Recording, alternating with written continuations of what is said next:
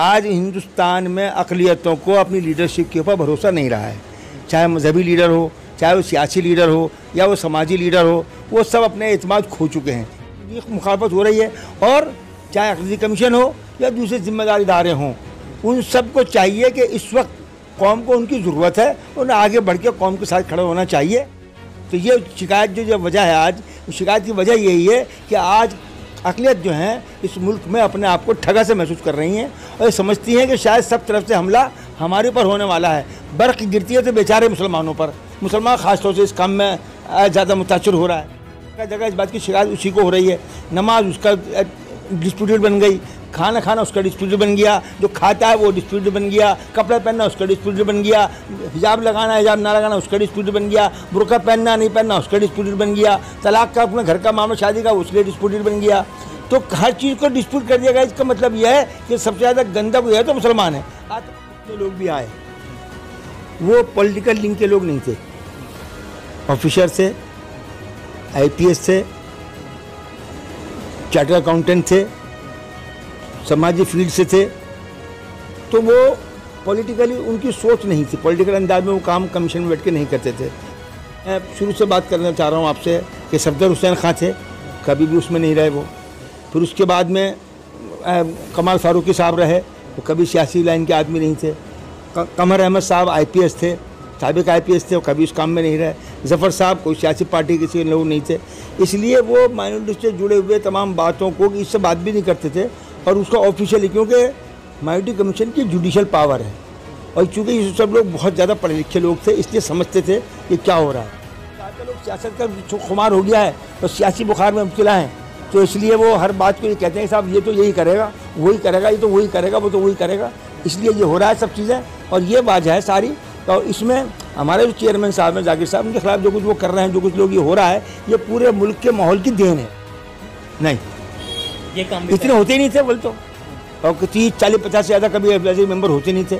और वो खासकर लोगों को उनके प्रिविलेज देख के, उनका बायोडाटा देख के, उनका बैकग्राउंड देख के, उनका एक्शन देख के, वर्किंग उनकी एक्शन देख के, और उन सबको में बनाया जाता था, देखा जाता था, पूछा जाता था कि क्या है कैसे है, उसको कर लिया करते, उसके बाद में मेंबर बनाते थे उसको।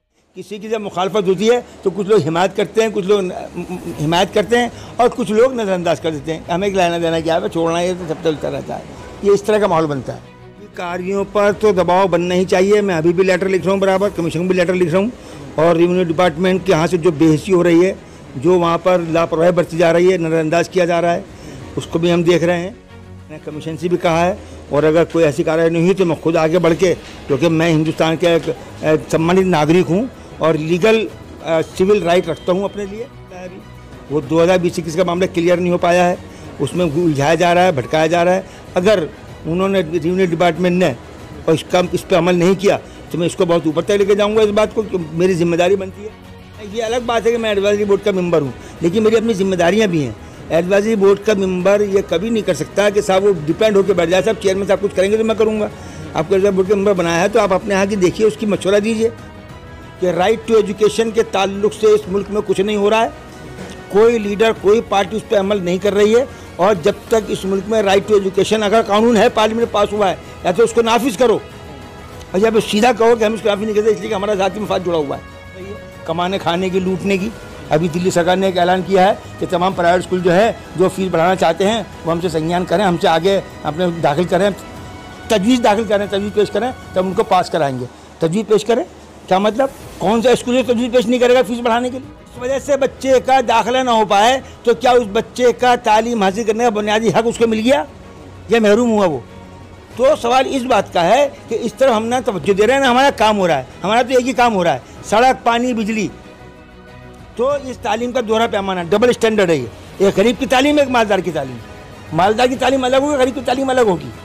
और एजुकेशन पॉलिसी इस मुल्क की सबसे ख़तरनाक पहलू तय करती जा रही है। कोई लीडर हिंदुस्तान में नहीं बोल रहा, ना वो काकली जलवा कोई बोल रहा है, ना कोई माइनॉरिटी का, ना मुसलमान का लीडर कोई है, कि एजुकेशन पॉलिसी जिसको भगवान देने की कोशिश की जा रही है और उसको पूरी तरह मसले करने की कोशिश की जा रही है, उसको कौन देख रहा है? आदाब नाजरीन, आप देख रहे हैं हमारे YouTube चैनल एक शाम TV और मैं अब्दुल वाजिद चिश्ती निज़ामी। जिस तरीके से हमने दिल्ली अक़लियती कमीशन को लेकर के एक इंटरव्यू किया जिन्होंने इस्तीफ़ा दिया था, वो शायद आपने देखा होगा। लेकिन आज मैं आपकी मुलाकात एक ऐसी शख्सियत से कराने जा रहा हूँ जो पिछले करीब 10-12 सालों से कमीशन के साथ में जुड़े हुए हैं, दिल्ली अक़लियती कमीशन के साथ, और एक लंबा वक्त अपना कमीशन के साथ जुड़कर काम करने में उन्होंने अपना गुजारा है। शफ़ी दहलवी साहब सीनियर सहाफ़ी भी हैं और एक ऐसे समाजी कारकुनान हैं जो पुरानी दिल्ली के इलाके में आते हैं और कौम को बेदार करने का किसी हद तक काम किया है आपने। शफ़ी साहब, सबसे पहले तो आपका बहुत इस्तकबाल है, स्वागत है हमारे एक शाम टीवी में। शुक्रिया शुक्रिया। दिल्ली अक़लियती कमीशन के ऊपर कई सवाल खड़े हो रहे हैं आप, जिस तरीके से अक़लियती कमीशन ने लोगों के साथ में मीटिंग करके उनको एडवाइज़र मेंबर बनाया, आप भी लंबे वक्त से जुड़े हुए हैं, लेकिन अब लोग जो हैं इस्तीफ़ा देने के लिए मजबूर हैं। आखिर क्यों? इसकी क्या वजह मानते हैं आप? मुल्क के हालात इसकी वजह हैं। अगर मुल्क में ऐसे हालात ना हो तो लोगों में इसका रिएक्शन ना हो। आज सिर्फ अक़लियती कमीशन नहीं बल्कि अक़लियत से जुड़े हुए तमाम मामलात में, नमाज का मामला है, दूसरे मामलात हैं, तालीम का मामला है, हिजाब का मामला है, तलाक़ का मामला है, कॉमन सिविल कोड का मामला है, ज़रूरी तकरीरों का मामला है, एक चीज़ नहीं है, सबके ख़िलाफ़ लोगों में इस वक्त रोष और गुस्सा है।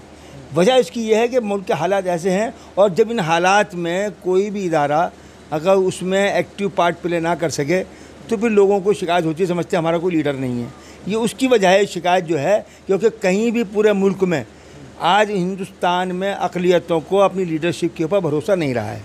चाहे मजहबी लीडर हो, चाहे वो सियासी लीडर हो, या वो समाजी लीडर हो, वो सब अपने एतमाद खो चुके हैं। इसलिए कहीं भी साथ में खड़े हुए नहीं हैं। वो कहीं को साथ खड़ा नहीं होता है तो उसमें अकेला अक़लियती कमीशन क्या करेगा? उसमें तो सभी लोग शामिल हैं जो मुखालफत हो रही है, और चाहे अक़लियती कमीशन हो या दूसरे ज़िम्मेदार इदारे हों, उन सब को चाहिए कि इस वक्त कौम को उनकी ज़रूरत है, उन्हें आगे बढ़ के कौम के साथ खड़ा होना चाहिए, अपने उस फ़र्ज़ को निभाना चाहिए जो फ़र्ज़ मनसबी खुदा ने उनको दिया है। तो ये शिकायत जो वजह है, आज शिकायत की वजह यही है कि आज अक़लियत जो हैं इस मुल्क में अपने आप को ठगा से महसूस कर रही हैं, और ये समझती हैं कि शायद सब तरफ से हमला हमारे ऊपर होने वाला है। बर्क़ गिरती है तो बेचारे मुसलमानों पर, मुसलमान ख़ास तौर से इस काम में ज़्यादा मुतासिर हो रहा है, और जगह जगह इस बात की शिकायत उसी को हो रही है। नमाज उसका डिस्प्यूटेड बन गई, खाना खाना उसका डिस्प्यूटेड बन गया, जो खाता है वो डिस्प्यूटेड बन गया, कपड़ा पहनना उसका डिस्प्यूटेड बन गया, हिजाब लगाना हिजाब ना लगाना उसका डिस्प्यूटेड बन गया, बुर्का पहनना नहीं पहनना उसका डिस्प्यूटेड बन गया, तलाक़ का अपने घर का मामला शादी का उसके डिस्प्यूटेड बन गया। तो हर चीज़ को डिस्प्यूट कर दिया गया। इसका मतलब यह है कि सबसे ज़्यादा गंदा कोई है तो मुसलमान है, आतंकवादी है तो मुसलमान है, जाहिल है तो मुसलमान है, तो कहीं रखेंगे नहीं, कहीं भी नहीं होगा। पूरे मुल्क में हुकूमत दूसरे लोगों की है, सरकार में दूसरे लोग बैठे हैं, अफसर दूसरे लोग बैठे हैं, ऑफिसर दूसरे लोग हैं, कहीं भी 5% भी आपको अक़लियत के लोग नज़र नहीं आएंगे, लेकिन ख़तरा इनसे ही है। चलिए शफ़ी साहब, दूसरा सवाल मेरा ये है, आपने कमीशन के साथ जुड़कर काफ़ी लंबे वक्त से काम किया है। पहले के काम में कमीशन के और अब के मौजूदा वक्त के चेयरमैन के काम में क्या फ़र्क आप देख रहे हैं? देखिए, ऐसा है कि पिछले जितने लोग भी आए वो पॉलिटिकल लिंक के लोग नहीं थे, ऑफिसर थे, IPS थे, चार्टर अकाउंटेंट थे, समाजी फील्ड से थे, तो वो पॉलिटिकली उनकी सोच नहीं थी, पॉलिटिकल अंदाज में वो काम कमीशन में बैठ के नहीं करते थे। मैं शुरू से बात करना चाह रहा हूँ आपसे कि सफदर हुसैन खां थे, कभी भी उसमें नहीं रहे वो। फिर उसके बाद में कमाल फारूकी साहब रहे, वो कभी सियासी लाइन के आदमी नहीं थे। कमर अहमद साहब IPS थे, साबिक IPS थे, वो कभी उस काम में नहीं रहे। ज़फ़र साहब कोई सियासी पार्टी के लोग नहीं थे, इसलिए वो माइनॉरिटी से जुड़े हुए तमाम बातों को इससे बात भी नहीं करते थे, और उसका ऑफिशियली, क्योंकि माइनॉरिटी कमीशन की जुडिशल पावर है, और चूँकि ये सब लोग बहुत ज़्यादा पढ़े लिखे लोग थे, इसलिए समझते थे ये क्या हो रहा है और कैसे हो रहा है, उसमें क्या करना चाहिए, हमें एक्शन कैसे लेना चाहिए। उसमें क्या बार निशाने भी बने, और बाकायदा मैंने देखा कि जब अफसरों की मीटिंग कमर अहमद लिया करते थे तो अफसर घबराते थे उनसे। क्यों? क्योंकि कमर अहमद खुद IPS थे और अफसरान की साइकोलॉजी को समझते थे, और क्योंकि पॉलिटिकली और सोशली जो बैकग्राउंड किसी का होता है वो ब्यूरोक्रेसी के सामने जाने में ज़रा सा थोड़ा मोहतात होता है, लेकिन जो खुद ब्यूरोक्रेट बैकग्राउंड से हो और जो साइकोलॉजी समझता हो तो वो किसी से डरता नहीं, घबराता नहीं है। तो इस तरह के मामले हमें देखो, उससे हमें बड़े हौसले मिले, बहुत हौसला हम पे आगे बढ़ा, और यह इतना हौसला बढ़ा कि मैंने खुद दिल्ली में एसडीएम्स के खिलाफ मुहिम चलाई और उसमें केजरीवाल जी ने मेरा भरपूर साथ दिया। केजरीवाल जी ने पूरी इंक्वायरी करी, मुझे साथ में बिठाया, तमाम लोगों को साथ में बिठाया, तमाम एसडीएम को साथ में बिठाया, और जब मैंने साबित कर दिया कि यहाँ पे गलत हो रहा है तो केजरीवाल जी ने, मनीष सिसोदिया जी ने उसी वक्त बैठ के उसको सस्पेंड करा वहाँ पर अफसरों को, और उन अफसरों ने बहुत कोशिश की इस बात को पैचअप करने की, लेकिन मैंने उसको पैचअप होने नहीं दिया और मैंने उसको मुझसे पैचअप करने की कोशिश करी, लेकिन चूँकि मैं रिश्वतखोर नहीं था इसलिए मैंने उनकी बात को नहीं माना और मैंने सीधा उनके खिलाफ एक्शन दिवाया। और केजरीवाल जी ने, सिसोदिया जी ने उस भ्रष्टाचार के खिलाफ पूरा साथ दिया, पूरी मुहिम में साथ रहे और उन्होंने उनको सस्पेंड भी करा। तो ये हौसला में कहाँ से मिला? हमें उसी कमीशन से मिला जहाँ से हमारे लोग काम करते थे। मैं आपको बताऊँ, जिस पर मुझे अवार्ड दिया गया, तो अवार्ड देते वक्त खुद चेयरमैन माइनॉरिटी कमीशन जफर साहब ने ये ऐलान किया कि यहाँ पर इस वक्त कमीशन में मैं जितना काम किया है, जिस चीज़ की हमारी कोई अगर तारीफ़ करता है तो उसमें 70% काम शफी देहलवी की सिफारिश पर किया गया। ये मेरे लिए बहुत बड़े प्रिविलेज की बात थी, मुझे अपने ऊपर वो होना चाहिए था। उन्होंने दिल्ली विधानसभा में प्रोग्राम रखा तो माइनॉरिटी की तरफ से हर माइनॉरिटी की अलग अलग मज़हबों की तरफ से एक आदमी को रिप्रेजेंट करना था स्टेज के ऊपर। एक जैनी का रिप्रेजेंटेशन करेगा, एक क्रिश्चियन का करेगा, एक पारसी का करेगा, बौद्ध का करेगा, मुसलमान का करेगा। मुसलमान की नुमाइंदगी के लिए उन्होंने मुझे बिठाया ला के स्टेज पर। तो कुछ लोगों ने जो मुसलमान में जज्बाती किस्म के जैसे अब चल रहा है इस वक्त, वो उन्होंने एतराज़ किया, साहब शफी देहलवी को माइनॉरिटी का रिप्रेजेंटेटिव बना दिया यहाँ पर, ये कैसे हो सकता है? तो वहाँ भी चेयरमैन ने खड़े होकर ये कहा कि क्या जितने लोग आप बैठे हैं, आप बताइए आप में से किस आदमी ने अपने इलाके के मसाइल को लेकर और सरकार से बात की? हम तो अपनी बात छोड़ दो, लेकिन ये शफी देहलवी अकेला ऐसा आदमी है जिसने जहाँ इसको कोई चीज़ नज़र आई उसने उनके ऊपर अपने आप ही अपनी कोशिश की और उसको आगे चीज़ को बढ़ाया और उस पर मजबूरन कमीशन को भी काम करना पड़ा। और उसमें हुआ दिल्ली यूनिवर्सिटी का ओबीसी के मामले में यूनिवर्सिटी ने गलत फैसला किया, मैंने उस पर नोटिस लिया, मैंने कमीशन को भेजा, मैंने यूनिवर्सिटी को भेजा, उन्होंने यूनिवर्सिटी से बात की और वो ऑर्डर 2 बार मुसलसल 2 साल तक बराबर वो विड्रॉ कराए गए। कमीशन का संज्ञान लिया, कमीशन ने उस पर काम किया। तो ये हौसला वहाँ से मिलता है कि उसमें कम होता है। आज लोग, चूँकि ज़्यादातर लोग सियासत का खुमार हो गया है और सियासी बुखार में मुब्तला हैं, तो इसलिए वो हर बात को ये कहते हैं कि साहब ये तो यही करेगा, वही करेगा, ये तो वही करेगा, वो तो वही करेगा, इसलिए ये हो रहा है सब चीज़ें। और ये वजह है सारी।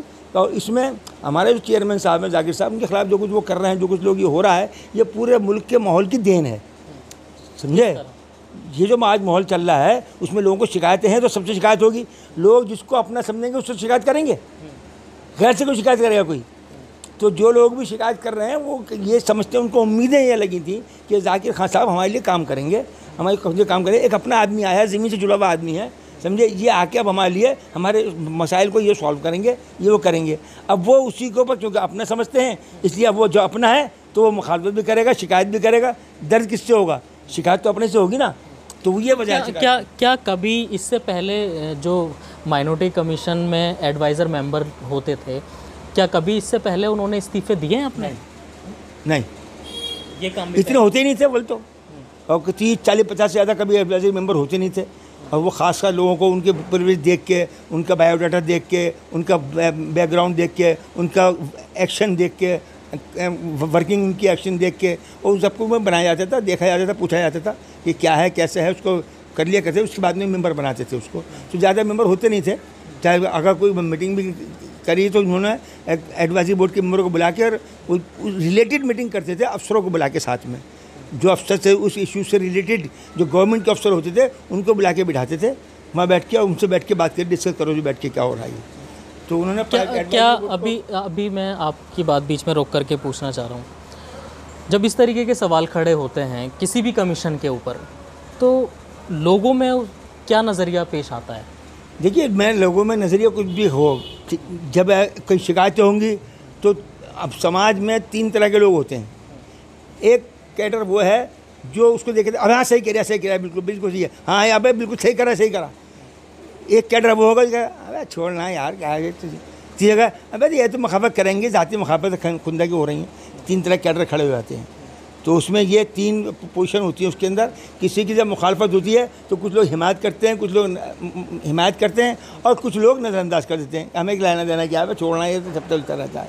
ये इस तरह का माहौल बनता है। देखिए, जिस तरीके से 3 लोगों का जिक्र किया, कोई हिमायत में आता है तो कोई मुखालफत में आता है, लेकिन जब कोई भी चीज़, कोई भी इदारा, हमारा लगातार सवाल यही है, जब कोई भी इदारा सियासत की भेंट चढ़ता है तो उसकी वजह से उसका जो शिकार होता है वो गरीब तबके के लोग होते हैं, वो लोग होते हैं जो दर दर भटकते हैं अपना छोटा छोटा सा काम कराने के लिए। लेकिन अक़लियती कमीशन को कोई एक छोटा इदारा नहीं समझ सकते और ना ही आपको या हमें किसी को समझना चाहिए, क्योंकि अक़लियती कमीशन एक ऐसा कमीशन है जो गरीबों की, मज़लूमों की आवाज़ बनता है और उसको उठाता है और सरकार तक पहुंचाने का काम करता है, क्योंकि अपने आप में एक जुडिशरी पावर रखता है, एक मजिस्ट्रेट की पावर रखता है, एक माइनॉरिटी कमीशन का चेयरमैन।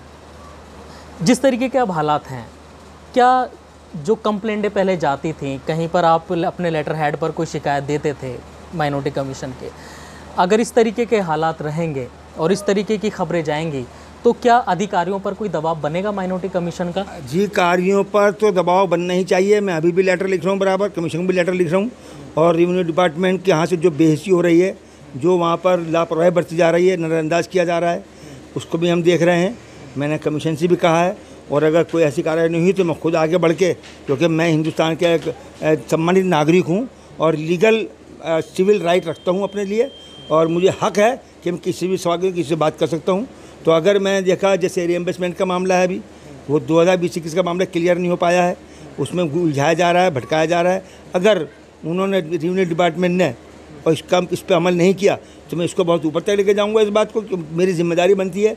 मैं, ये अलग बात है कि मैं एडवाइजरी बोर्ड का मेंबर हूँ, लेकिन मेरी अपनी जिम्मेदारियाँ भी हैं। एडवाइजरी बोर्ड का मेंबर ये कभी नहीं कर सकता कि साहब वो डिपेंड होकर बैठ जाए, साहब चेयरमैन साहब कुछ करेंगे तो मैं करूँगा। आपको एडवाइजरी बोर्ड का मेंबर बनाया है तो आप अपने यहाँ की देखिए, उसकी मशवरा दीजिए, तो मशवरा करके जाइए। एडवाइजरी बोर्ड के अगर मेंबर हैं आप, तो आप मशवरा दीजिए, अपनी एडवाइस दीजिए, उस पर कुछ खुद भी एक्शन लीजिए, काम कीजिए उसके ऊपर।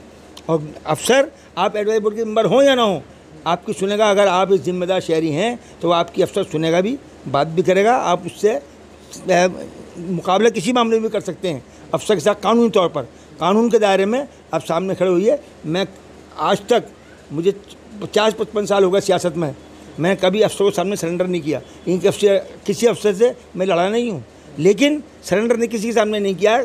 कानूनी पहलू से बात की है और अफसरों ने मेरे इस अंदाज को पसंद भी किया है। तमाम किसी भी डिपार्टमेंट का अफसर हो, उन्होंने इसको अप्रिशिएट भी किया है कि आप इस बात को सही कह रहे हैं, क्या ये मामला इसमें ऐसे आया है। मैं नेशनल मॉनिटरिंग कमेटी का मेंबर रहा गवर्नमेंट ऑफ HRD में, और पूरे मुल्क का दौरा किया मैंने उसमें एजुकेशन के मामले में। और वहाँ पर उस डिपार्टमेंट ने जितने मेरे अफसरान थे एजुकेशन जुड़े हुए, मैंने उन पर बात की, उनसे लिया, और उनसे उस लड़ाई को इतने आगे तक पहुँची कि हर चीज़ पास हुई वहाँ से हमने कराया। और बल्कि HRD मिनिस्टर तो ये कहने मजबूर हो गया कि हमने तो ऐसा कभी देखा ही नहीं था कि ऐसे भी हो सकता है। चाहे पूना हो, बिहार हो, यूपी हो, कर्नाटक हो, आंध्रा हो, सब जगह हम गए, सब जगह जाके देखा, और सब जगह राजस्थान गए और वहाँ जाके उन लोगों की उस कमेटी को देखा, उस एजुकेशन पॉलिसी को देखा। और आज फिर मैं मिशन एजुकेशन पर काम करता हूँ, और मिशन एजुकेशन पर मैं पूरी सरकार को चैलेंज कर रहा हूँ कि राइट टू एजुकेशन के ताल्लुक से इस मुल्क में कुछ नहीं हो रहा है। कोई लीडर, कोई पार्टी उस पर अमल नहीं कर रही है। और जब तक इस मुल्क में राइट टू एजुकेशन अगर कानून है, पार्लियामेंट पास हुआ है, या तो उसको नाफिज करो, और या फिर सीधा कहो कि हम इसको नाफिज नहीं करते इसलिए कि हमारा ज़ाती मफाद जुड़ा हुआ है। राइट टू एजुकेशन की वजह से इस मुल्क के स्टूडेंट्स को, ख़ास तौर से गरीब तलबा को, गरीब तबके को बहुत नुकसान पहुँच रहा है। इस पर कोई संज्ञान लेने को तैयार नहीं है, लेकिन मैं लड़ रहा हूँ। चाहे मैं आज अकेला हूँ, लेकिन बहरहाल मैं उस बात को कर रहा हूँ और मैं उस पर करता रहूँगा इंशाअल्लाह ताला। जब तक मेरे में जान है, मुझे अल्लाह ने अगर एक अकल दी है, एक इल्म दिया है कि ये ऐसा हो रहा है, मुझ पर कानून पहुँचा राइट टू एजुकेशन, मैंने उसको देखा, मैंने उसकी किताब शाया, ये मैंने किताब जारी किया राइट टू एजुकेशन के ऊपर। मैंने पूरे राइट टू एजुकेशन में शाया किया, हर आदमी तक पहुँचाया कौन सा क्लॉज क्या कहता है। और ये करने के बाद में आज लोगों को पता चला कि राइट टू एजुकेशन में कुछ होता है। बातचीत चल रही है, बातचीत कर रही है, हम एक्शन कर रहे हैं, कोशिश कर रहे हैं, लेकिन मैं बहर अकेला हूँ। कोई मुल्क में सियासी लीडर, कोई सियासी रहनुमा इस मामले में साथ खड़े तैयार नहीं है। पता नहीं क्या उनके आपस में कंसर्न है, क्या उनके ताल्लुकात हैं आपस में प्राइवेट स्कूलों से। बाकायदा प्राइवेट स्कूलों को पूरी छूट दी जा रही है कमाने, खाने की, लूटने की।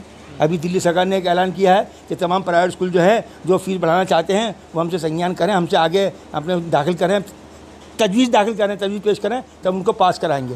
तजवीज़ पेश करें क्या मतलब? कौन सा स्कूल है तजवीज़ पेश नहीं करेगा फीस बढ़ाने के लिए? क्यों नहीं करेगा कोई? तो ये सरकार की दोहरी नीति क्यों?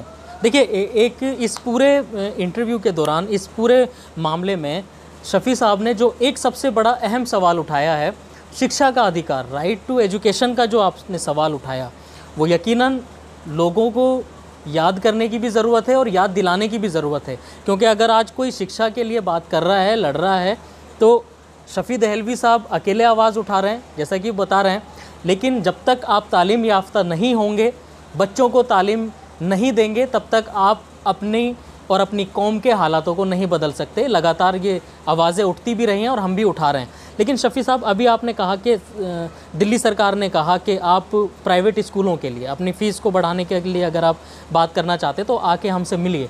तो एक तरफ तो दिल्ली सरकार फ़ीस वापसी करने का जो है कह रही है, दूसरी तरफ स्कूल जो प्राइवेट स्कूल हैं वो मॉडल अच्छे कर रही हैं, लेकिन दूसरी तरफ फीस बढ़ाने की तो कहाँ, मतलब समझ से परे है। कंट्रडिक्शन है ना, ये कंट्रडिक्शन है।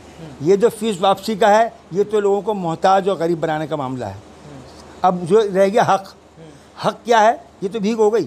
हक क्या है? हक ये है कि राइट टू एजुकेशन ये कहता है कि इस देश में हर बच्चे को 13 साल तक का बच्चा भी अगर हो जाए तो उसको स्कूल में दाखिल होना, स्कूल का तालीम हासिल करना उसका बुनियादी हक है, फंडामेंटल राइट है।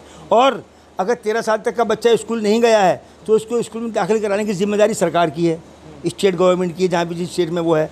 अब अगर स्कूल नहीं है उसके लिए तो स्कूल खोलने की जिम्मेदारी भी उनकी है, क्योंकि बच्चे का तालीम यहाँ के नंबर 1। नंबर 2, अगर बच्चे के माँ बाप के पास पैसे देने के लिए फ़ीस नहीं है, फ़ीस के पैसे नहीं है देने के लिए, उसके पास वो वसाइल नहीं है, शौचत नहीं है, बस स्कूल दूर है, माँ बाप दूर रहते हैं, उस किलोमीटर के रेंज में नहीं आता है, या उसका लिस्ट में नाम नहीं आता है, साहब इतने लोग थे इसमें नाम नहीं आया, तो इस वजह से कोई भी बच्चा तालीम से महरूम किया जा सकता है। अगर इस वजह से बच्चे का दाखिला ना हो पाए तो क्या उस बच्चे का तालीम हासिल करने का बुनियादी हक उसको मिल गया या महरूम हुआ वो? तो सवाल इस बात का है कि इस तरफ हम ना तवज्जो दे रहे हैं ना, हमारा काम हो रहा है, हमारा तो एक ही काम हो रहा है, सड़क, पानी, बिजली, जो फंडामेंटल राइट और सिविल राइट में शामिल है, कोई भी सरकार हो, किसी की भी हो, उसे वो करना ही है।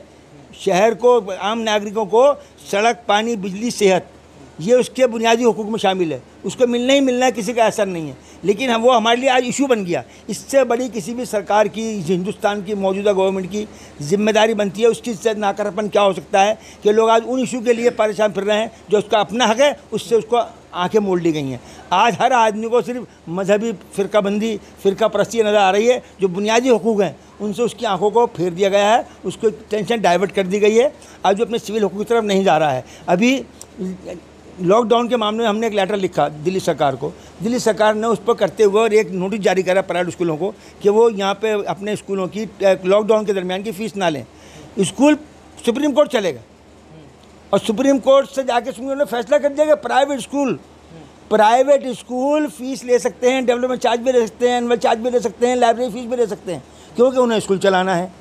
अरे भाई, अगर सुप्रीम कोर्ट ये ऐसा ऑर्डर देगी प्राइवेट स्कूलों के लिए तो राइट टू एजुकेशन कहाँ रह गया, आरटी कानून कहाँ रह गया? फिर सीधा आरटी का उल्लंघन है कि एक बच्चे को आप पैसे की वजह से तालीम से महरूम कर दें, स्कूल में नाम नहीं आया तालीम से महरूम कर दें, उसके ऊपर उस स्टेज से पूरा नहीं उतरा तालीम से महरूम कर दें, तो बच्चे का हक कहाँ रहा? फिर स्कूल में इस देश में क्या होगा एजुकेशन का? फिर इस देश में ये होगा कि तालीम, एजुकेशन सिर्फ सरमायादार तबके का हक बन के रह जाएगा। गरीब के लिए सरकारी स्कूल में जाओ, 4वीं-5वीं क्लास तक पढ़ो, जब तक पढ़ सको, उसके बाद में पास हो या फेल हो अपने घर में आके बैठो, कुछ करोगे नहीं करोगे नहीं सही। तो इस तालीम का दोहरा पैमाना, डबल स्टैंडर्ड है ये। एक गरीब की तालीम, एक मालदार की तालीम। मालदार की तालीम अलग होगी, गरीब की तालीम अलग होगी, और वो उसके लिए उसके साथ ही चलेगा।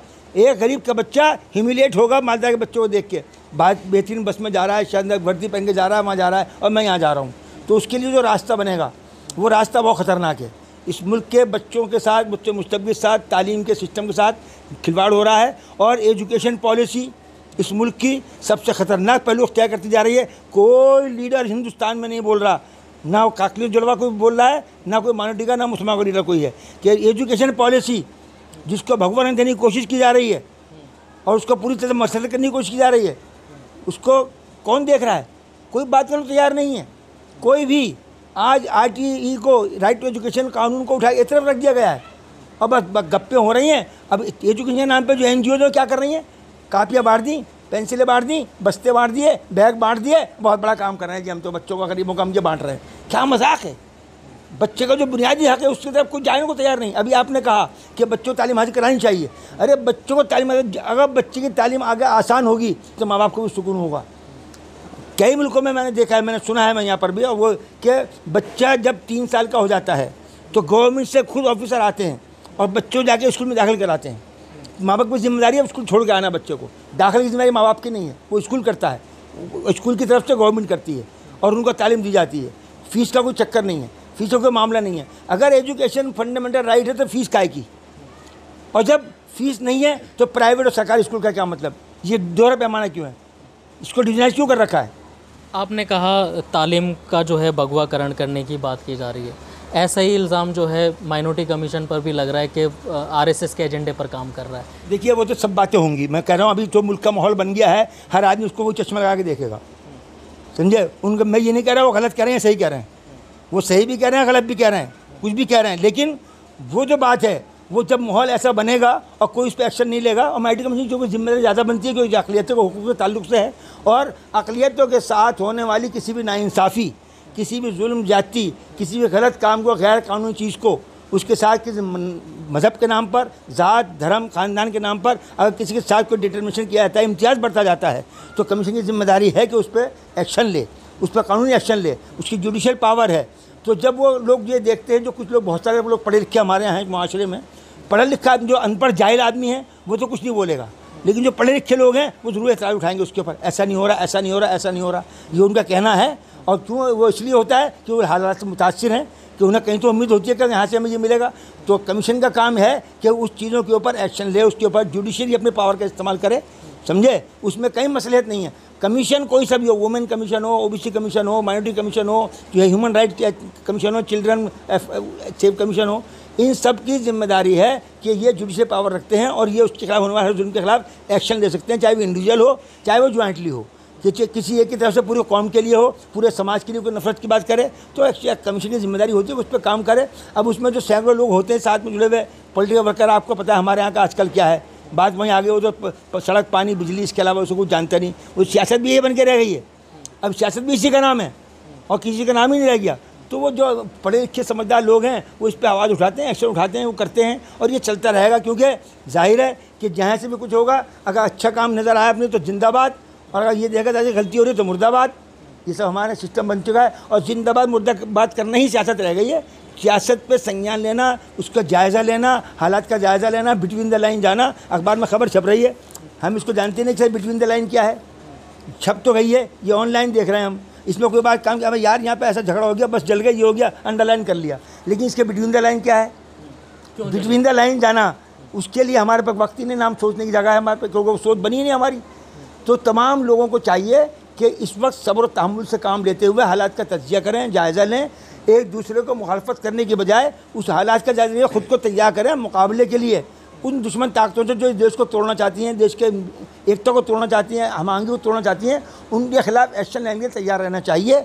और जो हमारे ज़िम्मेदारान हैं पूरे मुल्क में, चाहे किसी भी तबके से, किसी मसलक से, किसी फ़िरके से, किसी तंजीम से वाबस्ता हों, उन सब को चाहिए कि अपने ज़ाती चीज़ों को छोड़कर, ज़ाती मफाद को, ज़ाती हैसियत को, ज़ाती मसलहत को, ज़ाती अना को छोड़कर, इस वक्त ज़रूरत है कि इस मुल्क को बचाने के लिए जो ताकतें सरगर्म हो गई हैं, जो ताकतें इस मुल्क के इत्तेहाद को तोड़ना चाहती हैं, उनके खिलाफ एक्शन लें। हमें चाहिए अगर मेरे पास पावर है तो मैं वो जो हिंदू मुस्लिम भाईचारे को तोड़ना चाहते हैं उनके खिलाफ एक्शन लूँ। हम किसकी जिम्मेदारी है? आज हिंदू मुस्लिम भाईचारा इत्तेहाद पैदा करने की जिम्मेदारी सिर्फ मुसलमान की है, हिंदू मुस्लिम भाईचारा पैदा करने की जिम्मेदारी हिंदू की है, हिंदू मुस्लिम भाईचारा पैदा करने की जिम्मेदारी से सिखों की है, ईसाइयों की है? नहीं, हमारी सबकी जिम्मेदारी है कि इस देश को बचाने के लिए जो लोग कानून के ख़िलाफ़ काम कर रहे हैं, कानून की खिलाफ वर्जी कर रहे हैं, इस मुल्क की एकता को तोड़ना चाहते हैं, हम उनके खिलाफ एक्शन लें, चाहे वो माइनॉरिटी कमीशन हो, चाहे वो वुमेन कमीशन हो, चाहे वो ओबीसी कमीशन हो, या कोई भी हो। जहाँ भी देखते हैं कि कानूनी तौर पर किसी की हक तलफी हो रही है, उसके खिलाफ कानूनी कार्रवाई करें, उसके खिलाफ कानूनी एक्शन लें, ये उनकी जिम्मेदारी बनती है और वो हमें करना चाहिए। जो भी हफ्ते कानून के दरवाजे खुले में, क्यों? क्या कानूनी जानकारी हमको नहीं है, कानून में काम हम नहीं करते, इसलिए हमारा माइनॉरिटी कमीशन है, कानूनी जुडिशल पावर है। अगर कहीं भी देखते हैं कि गैर कानूनी काम हुआ है, चाहे किसी ने भी किया हो, उसके खिलाफ एक्शन लें, नहीं होता तो पब्लिक में शिकायतें पैदा होती हैं इस तरह की। और ये सब बातें पूरे, फिर कह रहा हूँ, पूरे मुल्क का माहौल ये है तो ये सब चीज़ें पैदा होंगी। सबकी जिम्मेदारी बनती है कि वो जहाँ भी जिसके पास जो पावर है, जो जुडिशल पावर उसको दी हुई है,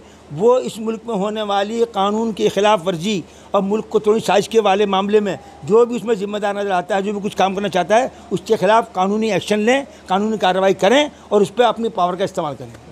बहुत बहुत शुक्रिया शफ़ी साहब बात करने के लिए और इतना तफसीर से बताने के लिए। जैसा कि दिल्ली अक़लियती कमीशन का जिक्र करते हुए बताया, या कोई भी कमीशन अपने आप में एक जुडिशरी पावर रखता है, कानूनी अधिकार उसको होते हैं, वो खुद से भी संज्ञान ले सकता है। लेकिन जिस तरीके से मौजूदा वक्त के हालात सबके सामने हैं, हम और आप लगातार देख रहे हैं क्या हालात जो है देश के चल रहे हैं।